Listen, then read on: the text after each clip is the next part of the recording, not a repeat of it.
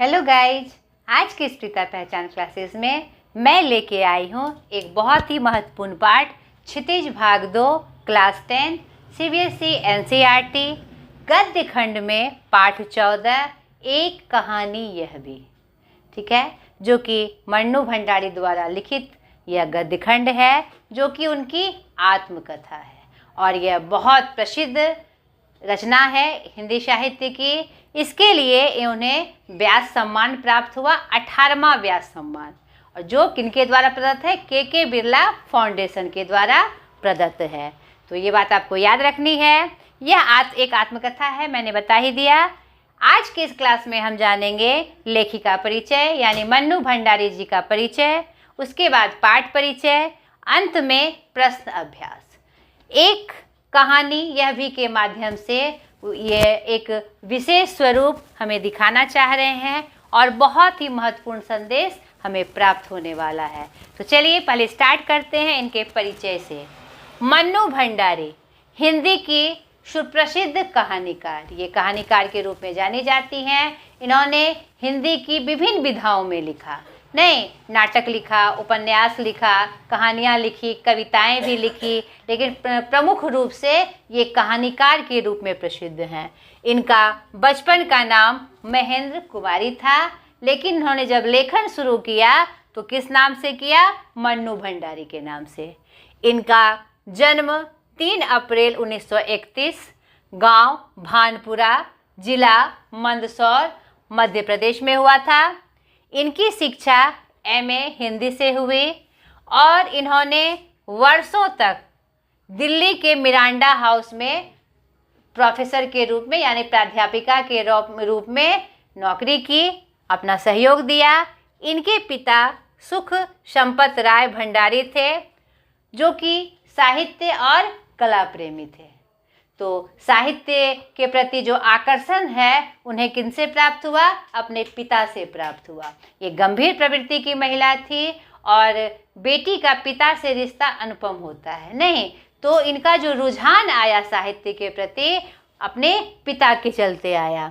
इनकी माता अनूप कुमारी और पति राजेंद्र यादव, जो कि एक प्रसिद्ध हिंदी कहानीकार थे। जब वो कलकत्ता में अपने रचनाओं के लिए जब जाती आती थी और विभिन्न सम्मेलनों में भाग लेने जब जाती थी, तो वहीं पर उनकी मुलाकात राजेंद्र यादव से हुई। इनका विवाह 22 नवंबर 1959 को कलकत्ता में ही हुआ।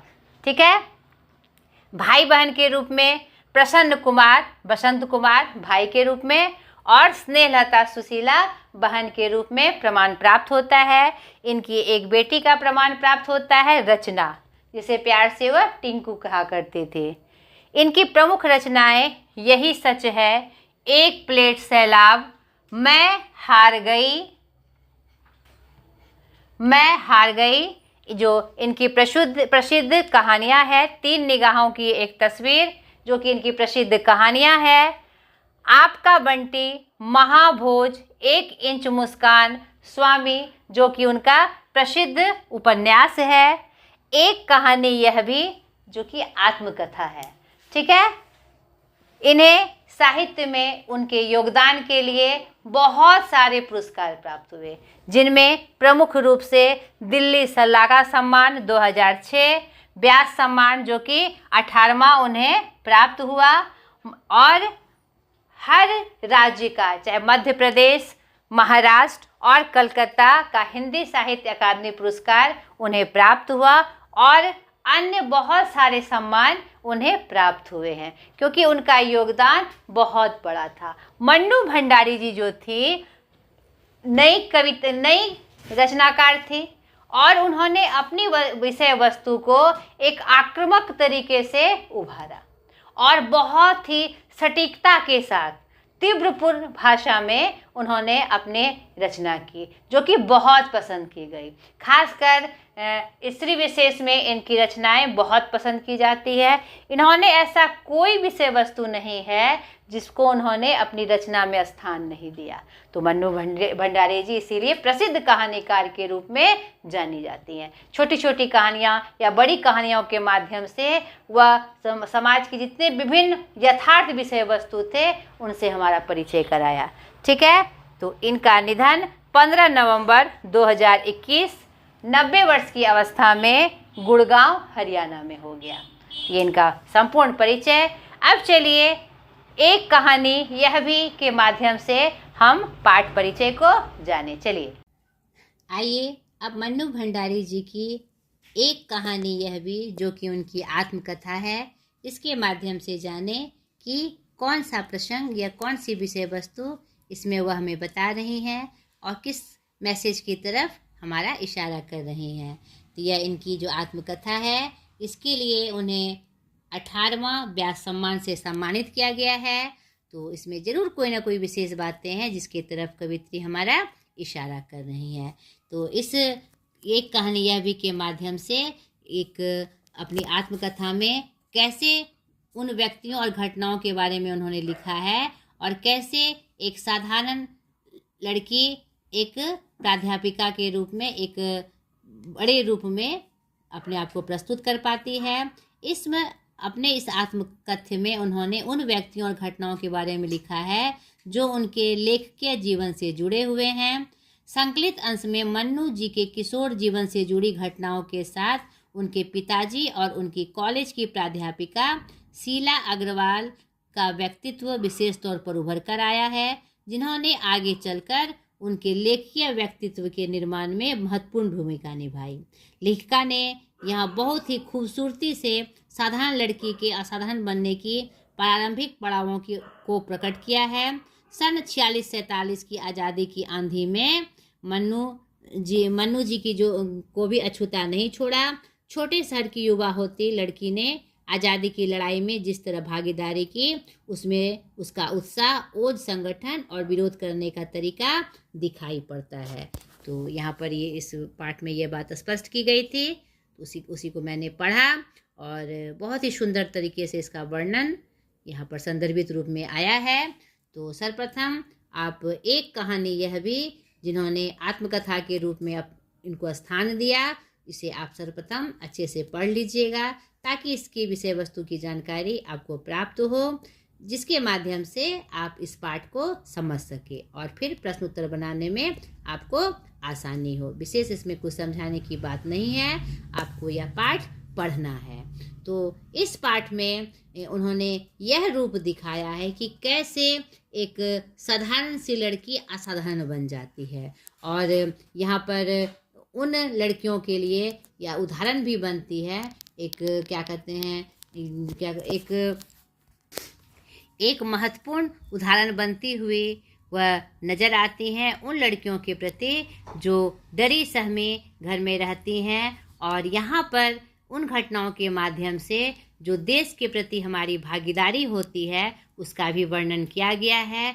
बहुत सारी रूढ़ियाँ, बहुत सारी परंपराएं हमारे पैरों में बेड़ियां लगाती है, लेकिन अगर हम सही रूप से अपने समाज के प्रति काम कर रहे हैं, देश के प्रति काम कर रहे हैं, परिवार को आगे बढ़ाने की कोशिश कर रहे हैं, एक अच्छे समाज का निर्माण कर रहे हैं, तो चाहे कितनी भी रुकावट आए तो भगवान उसे पूरा करता है। हमें अदम्य साहस भी होना चाहिए और अच्छे काम को करने के लिए समाज से लड़ने और उन रूढ़ियों को तोड़ने का क्या कहते हैं जो ताकत और जो आत्मविश्वास है वह भी हमारे अंदर होना चाहिए। तो बहुत ही सुंदर तरीके से इसका वर्णन वह करती हुई नज़र आती हैं और शुरुआत में वह अपने घर के माहौल को, अपने पिता के बातों को, अपनी माँ के व्यक्तित्व का उन्होंने बहुत ही सुंदर वर्णन किया है।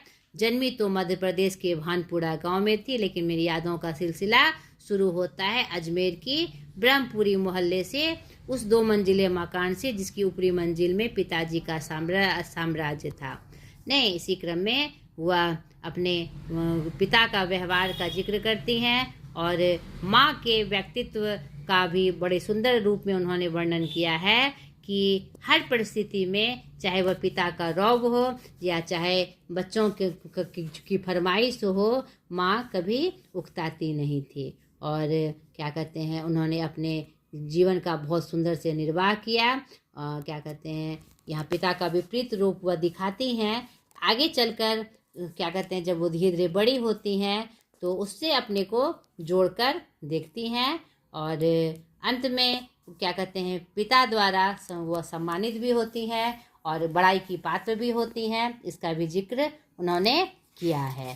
तो इसी क्रम में यह आत्मकथा उनकी बढ़ती है और पितृगाथा को सुनाते हुए और माँ के का सुंदर रूप का वर्णन करते हुए वह दिखाती हैं। और क्या कहते हैं, पिता के ठीक विपरीत हमारी बेपढ़ी लिखी माँ धरती से कुछ ज़्यादा ही सहन शक्ति शायद उन्होंने अपने माता का वर्णन किया है।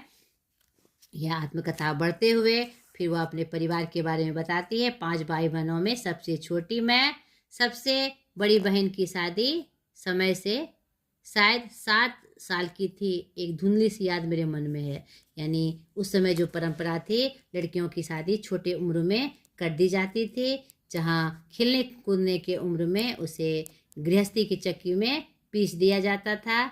इसी क्रम में बढ़ते हुए आगे अपना आत्मकथा बताते हुए, अपनी कथा बताते हुए वो पूरे भाव को स्पष्ट करती हैं। उस समय तक हमारे परिवार में लड़की के विवाह के लिए अनिवार्य योग्यता थी, उम्र में 16 वर्ष और शिक्षा में मैट्रिक। तो अपनी बहन का जिक्र करती हैं कि सुशीला ने योग्यता प्राप्त कर ली सन 1944 में और क्या कहते हैं, योग्यता प्राप्त कर शादी करके वह कोलकाता चली गई। इसी क्रम में आगे बढ़ते हुए ये घटनाओं का जिक्र करते हुए आगे बढ़ती हैं और फिर वह देश के क्या कहते हैं, जो शहीदों का जो रोमानी आकर्षण था उनका वह जिक्र करती हैं कि 10वीं कक्षा तक आलम यह था कि बिना किसी खास समझ के घर में होने वाले क्या कहते हैं सुनती थी और बिना चुनाव किए, बिना लेखक की अहमियत से परिचित होते हुए वह सारी बातों को समझती थी। तो पिता के यहाँ जो बैठकी होती थी तो उन्हें देश की जो स्थिति थी उसका जिक्र वह करती हैं और इसी क्रम में उनका क्या कहते हैं, शहर में, देश में, वह भी उसमें देश प्रेम में क्या कहते हैं, आज़ादी की दौड़ में वह भी शामिल हो जाती हैं और जगह जगह। और फिर क्या कहते हैं, राजेंद्र से शादी की बात का भी जिक्र उन्होंने किया है। और आगे बढ़ते हुए उन्होंने जो उनके साथ जो व्यवहार किया गया, यश काम ना कहूँ बल्कि यश लिप्सा पिताजी की सबसे बड़ी दुर्बलता थी। यहाँ पर एक घटनाक्रम को याद करते हुए वह पिता की बात को फिर लेकर आती हैं और वहाँ उस समय लड़कियों का बाहर जाना या क्या कहते हैं सभाओं में जाना, मीटिंग्स में जाना बिल्कुल वैध था, लेकिन उनमें पता नहीं बचपन से जो अदम्य साहस था वह बरकरार रहा और वह समूह में जाकर हड़ताल करवाती थी, मीटिंग्स करती थी, देश की आज़ादी में मुख्य भूमिका निभाती थी। उस समय जो आगाज़ था देश का, समाज का, उसमें उन्होंने भरपूर हिस्सा लिया और हमेशा लेती रहीं और कभी वह पीछे नहीं हटी। अपने परिवार के विरोध करने पर, पिता के विरोध करने पर भी लगातार वह उसमें शामिल रहीं। तो कभी कभी मतलब हर परिस्थिति का उन्होंने सामना किया, लेकिन अंत में वह इसे कहती है कि आज पीछे मुड़कर देखती हूँ तो इतना तो समझ में आता है कि क्या तो उस समय मेरी उम्र थी और क्या मेरा भाषण रहा होगा। यानी छोटी सी उम्र में वह भाषण सभा करती थी, देश की आगाज में मुख्य भूमिका निभाती थी, मगर आज वह सोचती हैं कि उसमें मेरा क्या भाषण रहा होगा। लेकिन वह तो डॉक्टर साहब का स्नेह था, एक परिचित थे उनके मुख से प्रशंसा बनकर उन्होंने उनकी प्रशंसा के बोल ने उनके पिता के आचरण को भी उसके प्रति थोड़ा सा नर्म किया था। उसका भी जिक्र वह करती हैं कि इतने अंतर विरोधों के बीच जीते हुए भी वह विशिष्ट बन गई थी और इसी क्रम में वह आगे बढ़ती चली गई। सन 47 के मई महीने में शीला अग्रवाल को कॉलेज वालों ने नोटिस थमा दिया लड़कियां को भड़काने और कॉलेज का अनुशासन बिगाड़ने की। वह उसकी एक सहेली थी और मिलकर जो वह क्या कहते सभाएं करती थी तो उसे कॉलेज से निकाल दिया गया। इस बात को लेकर हुड़दंग न मची, इसलिए जुलाई में 3rd ईयर की क्लासेस बंद करके हम 2-3 छात्राओं का क्या हुआ, क्या कहते हैं, नाम निषिद्ध कर दिया गया। हुड़दंग तो बाहर रहकर भी इतना मचाया कि कॉलेज वालों को अगस्त में आखिर मई क्या कहते 3rd ईयर खोलना पड़ा, जीत की खुशी पर सामने खड़ी खुशी बहुत बड़ी परिचित खुशी के सामने यह खुशी बिला गई। शताब्दी की सबसे बड़ी उपलब्धि 15 अगस्त 1947, जिसमें हमारा देश आज़ाद हुआ था। यानी इस क्रम में उन्हें बहुत सारी कठिनाइयों का सामना करना पड़ा, पिता के अंतर्द्वंद्वों का सामना करना पड़ा, घर के माहौल का सामना करना पड़ा, पड़ोसियों का और समाज के उन लोगों के कटाक्षों का सामना करा, लेकिन अपने क्रम वो आगे बढ़ती चली गई। और यहाँ तक कि उन्हें कॉलेज से भी बाहर निकाला गया, लेकिन फिर उन्हें परमिशन दी गई कि वो 3rd ईयर कंप्लीट कर सके। और इसी क्रम में एक बहुत बड़ी खुशी उनके सामने आई, आज़ादी की खुशी। तो उन्होंने आज़ादी का जश्न अपनी आँखों से सामने से देखा था। उनका भी जिक्र हुआ अपनी आत्मकथा में अंत करते हुए करती हैं। तो उनकी इस आत्मकथा को अच्छे से आप पढ़ लीजिएगा। चलिए अब प्रश्न अभ्यास की तरफ मैं आपको थोड़ा इशारा कर दूं। प्रश्न अभ्यास पहला, लेखिका के व्यक्तित्व पर किन किन व्यक्तियों का किस रूप में प्रभाव पड़ा। तो यहाँ पर आप पाठ के माध्यम से देखेंगे कि लेखिका के व्यक्तित्व पर बहुत सारे उन व्यक्तियों का प्रभाव पड़ा, जिससे वह अपने कार्य क्षेत्र में आगे बढ़ती चली गई। अपने पिता के का विपरीत ही सही, लेकिन उनका जो व्यवहार था, अडिग व्यवहार, उनके व्यक्तित्व का भी उन पे विशेष असर पड़ा। अपनी माँ के व्यक्तित्व का उन पे विशेष महत्व था। उन्होंने स्पष्ट रूप से कहा है कि धरती से भी ज़्यादा उनके माँ की सहनशक्ति थी, तो उनके अंदर भी सहनशक्ति का भाव दिखाई पड़ता है। और क्या कहते हैं, आज़ादी की दौड़ में जितने भी देशभक्त शामिल थे, उनके व्यक्तित्व से उन्हें लगातार शिक्षा और प्रेरणा मिली। उनके कुछ परिचित थे, डॉक्टर साहब और भी उनके पड़ोसी थे, उनके व्यक्तित्व से भी उनको बहुत प्रेरणा मिली, और जिस क्रम में जिसका वर्णन वो अपनी आत्मकथा में करती हुई नजर आती हैं। ठीक है। इस आत्मकथा में लेखिका के पिता ने रसोई को भटियार खाना कहकर क्यों संबोधित किया है। तो यहाँ पर आप इस आत्मकथा में देखिएगा कि लेखिका ने वर्णन किया है कि पिता रसोई को भटियार खाना कहकर संबोधित करते थे, कि वहाँ खाली खाना और बनाना, जो रसोई में घुसा वह और कोई काम नहीं कर सकता। क्या कहते हैं, वह भटियार खाने जैसा है, खाली वहाँ अपने उसी में मगन रहना, कोई आगे प्रकृति तरक्की नहीं कर सकता। इसीलिए पिता की ये बात थी कि रसोई घर में जो घुसा तो वह खाली इधर उधर की बातों में रहेगा और उसी में गुम हो जाएगा। इसीलिए वह भटियार खाने से संबोधित करते थे। वह कौन सी घटना थी जिसके बारे में सुनने पर लेखिका को अपनी आंखों पर विश्वास हो पाया, ना कानों पर। तो यहाँ पर एक घटना का जिक्र लेखिका करती हैं, जिसको उसकी आंखों पर ना विश्वास हो पाया और ना अपने कानों पर।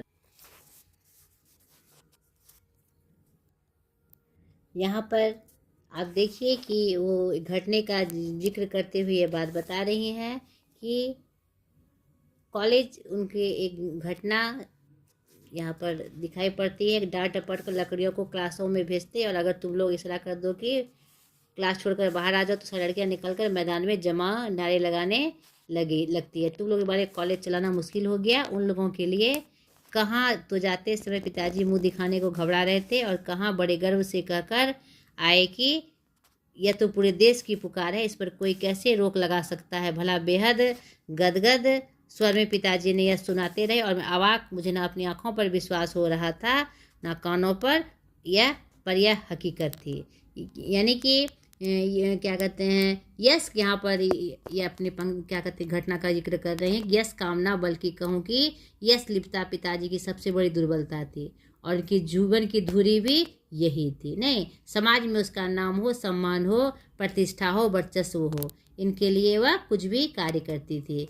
एक बार कॉलेज से प्रिंसिपल का पत्र आया कि पिताजी आकर मिले और बताए कि मेरी गतिविधियों के कारण मेरे खिलाफ अनुशासनात्मक कार्रवाई क्यों ना की जाए। पत्र पढ़ते ही पिताजी आग बबूला हो गए। यह लड़की मुझे कहीं मुंह दिखाने लायक नहीं रखेगी, पता नहीं क्या क्या सुनना पड़ेगा वहाँ जाकर। 4 बच्चे पहले भी पढ़े, किसी ने यह दिन नहीं दिखाया।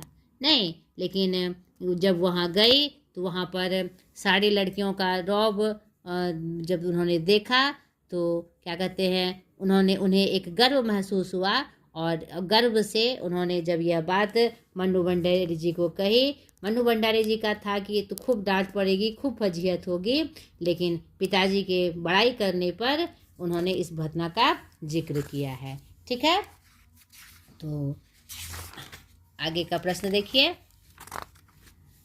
यहाँ पहला जो प्रश्न था, लेखिका के व्यक्तित्व पर किन किन व्यक्तियों का किस रूप में प्रभाव पड़ा, तो यहाँ पर उनके माता का प्रभाव पड़ा ही था। तो विशिष्ट रूप से आप इस पाठ को पढ़िएगा। तो यहाँ पर मैंने अंडरलाइन करके भी इसे रखा है कि यहाँ पर और भी बहुत सारे व्यक्तित्व थे जिन पर उनका सीधा असर पड़ा था। तो ये जो क्या कहते हैं पैराग्राफ है, इसमें आप पढ़कर देखिएगा कि सावित्री गर्ल्स स्कूल में जो प्राध्यापिका शीला अग्रवाल थी उन्होंने बहुत आकृष्ट किया उनके जीवन को। और साथ ही साथ जितने साहित्य के जो निधि थे उन जिनमें क्या कहते हैं शरत प्रेमचंद से बढ़कर जैनेन्द्र, अज्ञे, यशपाल, भगवती चरण वर्मा जी आदि ने उन्हें बहुत आकृष्ट किया। और जैनेन्द्र जी का त्याग पर भगवती बाबू का चित्रलेखा, शीला अग्रवाल की लंबी लंबी बहसें से उनके व्यक्तित्व का उन पे बहुत ज़्यादा असर हुआ। इसका भी जिक्र आपको अपने प्रश्न में, पहले प्रश्न में करना है। ठीक है, उनको थोड़ा सा बृहद बनाते हुए आगे देखिए। इस लेखिका की अपने पिता से वैचारिक टकराहट को अपने शब्दों में लिखिए। तो यहाँ पर जब आप इस पाठ को पढ़ेंगे तो आप देखिएगा कि उन्होंने पिता के बहुत सारे घटनाओं का जिक्र किया है जिसमें पिता के विचार और इनके विचार नहीं मिलते थे, क्योंकि पिता की कुछ कमजोरियाँ थी जिसका वर्णन उन्होंने स्पष्ट रूप से अपने शब्दों में किया है। तो उनको मिलाप करते हुए उनसे वह मेल नहीं खाती थी और वह पिता के विरोधी बनकर खड़ी हो जाती थी। तो पाठ के माध्यम से उसे पढ़कर छांटकर आपको इस प्रश्न का उत्तर करना है। ठीक है, इस आत्मकथ्य के आधार पर स्वाधीनता आंदोलन के परिदृश्य का चित्रण करते हुए मन्नू भंडारी की भूमिका को रेखांकित कीजिए। यहाँ पर इस आत्मकथ्य में आप देखिएगा कि स्वाधीनता आंदोलन में उन्होंने बढ़ चढ़कर हिस्सा लिया, बड़ी बड़ी सभाएं करती थी। उनको जब बुलाया जाता था तो सभाओं में वह भाषण दे देकर अपने देश के प्रति स्वाधीनता आंदोलन में अपनी भागीदारी निभाती थी। तो यहाँ पर जो परिदृश्य उन्होंने दिखाया है कि उस समय जो लड़कियों का निकलना एक गुनाह के समान था, लेकिन वह कॉलेज की लड़कियों के साथ सभाएं कर कर इस स्वतंत्रता आंदोलन में शामिल होती थी। उसका शॉर्टकट वर्णन आपको करना है। ठीक है, रचना और अभिव्यक्ति। लेखिका के बचपन में अपने भाइयों के साथ गिल्ली डंडा तथा पतंग उड़ाने जैसे खेल भी खेले, किंतु लड़की होने के कारण उनका दायरा घर की 4 दीवारी तक सीमित था। क्या आज भी लड़कियों के लिए स्थितियाँ ऐसी है या बदल गई है? अपने परिवेश के आधार पर लिखिए। तो आज की स्थितियाँ बहुत बदल गई है। आज बच्चियाँ क्या कहते हैं जिला स्तर से प्रदेश स्तर मतलब कि राज्य स्तर से लेकर केंद्र स्तर तक और विदेशों में भी खेलने के लिए 4 दीवारी को लांघ चुकी हैं। आप जानते हैं, बहुत कुछ उदाहरणों के साथ आपको इस प्रश्न का उत्तर करना है। मनुष्य के जीवन में आस पड़ोस का बहुत महत्व होता है, परंतु महानगरों में रहने वाले लोग प्रायः पड़ोस कल्चर से वंचित रह जाते। इस बारे में अपने विचार लिखिए। सही है कि गांव में जो स्थिति है पास पड़ोस का बहुत महत्व हम लोग देते हैं, पड़ोसी एक संबंधी के रूप में रहते हैं, लेकिन महानगरों में लोग रिजर्व रहते हैं, सेपरेट रहते हैं। नहीं, तो वहाँ के का जो चित्रण है, हमें अगर आप महानगर में रहते हैं या महानगरों के बारे में आपने ज़रूर सुना होगा, तो बहुत सारी घटनाएं, बहुत सारी बातें हमें पता चलती है। वहाँ पर जो पड़ोस कल्चर है, एक दूसरे का सहयोग करना, एक दूसरे के पर्व में शामिल होना, या फिर क्या कहते हैं एक स्नेहिल बंधन में बंधकर जो व्यवहार होता है, यहाँ तक कि जो रसोई से भी हमारा उन लोगों का मेल मिलाप होता है, वह सब हमारे महानगरों में दिखाई नहीं पड़ता है। तो इसमें अपने विचार लिखिए। लेखिका द्वारा पढ़े गए उपन्यासों की सूची बनाए, उन उपन्यासों को अपने पुस्तकालय में संजोइए। आप भी अपने दैनिक अनुभवों को डायरी में लिखिए। ये सब कुछ पाठ्येतर सक्रियता है जो आपको करने हैं। अब देखिए भाषा अध्ययन में इस आत्मकथ्य में मुहावरों का प्रयोग करके लेखकारी रचना को रोचक बनाया। रेखांकित मुहावरों को ध्यान में रखकर कुछ और वाक्य बनाइए। इस पिताजी के एक निहायत दकियानुसी मित्र ने घर जाकर अच्छी तरह से पिताजी की लू उतारी। लू उतारी मतलब पानी उतारी। ठीक है, आप अपने शब्दों में उसके वाक्य का प्रयोग करिए। वे तो आग लाकर चले गए और पिताजी सारे दिन भभकते रहे। आग लाकर मतलब यानी कि भड़काना। आग लाकर मतलब भड़काना। बस अब क्या कहते अब बस अब यही रह गया कि लोग घर जाकर थू थू करके चले जाए। थू थू करना मतलब हंसी उड़ाना। ठीक है, थू थू मतलब कि बदनाम करना। तो आप थू थू, हम जब कुछ गलत काम करते हैं तो उसमें हमारी थू थू होती है।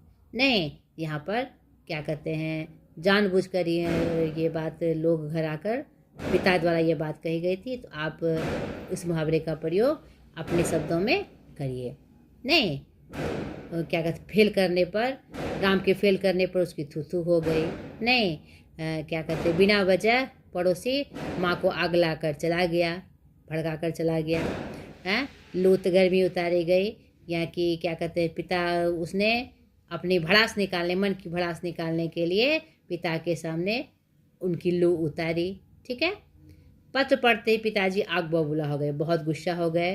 तो आप अपने शब्दों में क्या बनाइएगा, क्या कहते हैं, राम के पैसे चुराने पर उसकी माँ आग बबूला हो गई। ठीक है, गुस्से से आतुर हो गई। कुछ सक्रियता है, एक्टिविटीज़ हैं जो आपको करने हैं। तो आप इस एक्टिविटीज़ को देख लीजिए और इसको करने की कोशिश करिएगा। तो ये सिंपल सा प्रश्न अभ्यास था, जिसके बारे में जानकारी मैंने दी। और सारे प्रश्न अभ्यास जब आप इस पाठ को अच्छे से पढ़ेंगे तो वह और स्पष्ट हो जाएगा। तो सिर्फ मैंने इशारा किया है, ऐसे आपको करना है। ठीक है, तो आशा करती हूँ या मैं आपके लिए सहयोगी हुई होंगी। अगली वीडियो में एक नए पाठ के साथ मैं फिर हाजिर होंगी। आज तक के लिए इतना ही। बाय।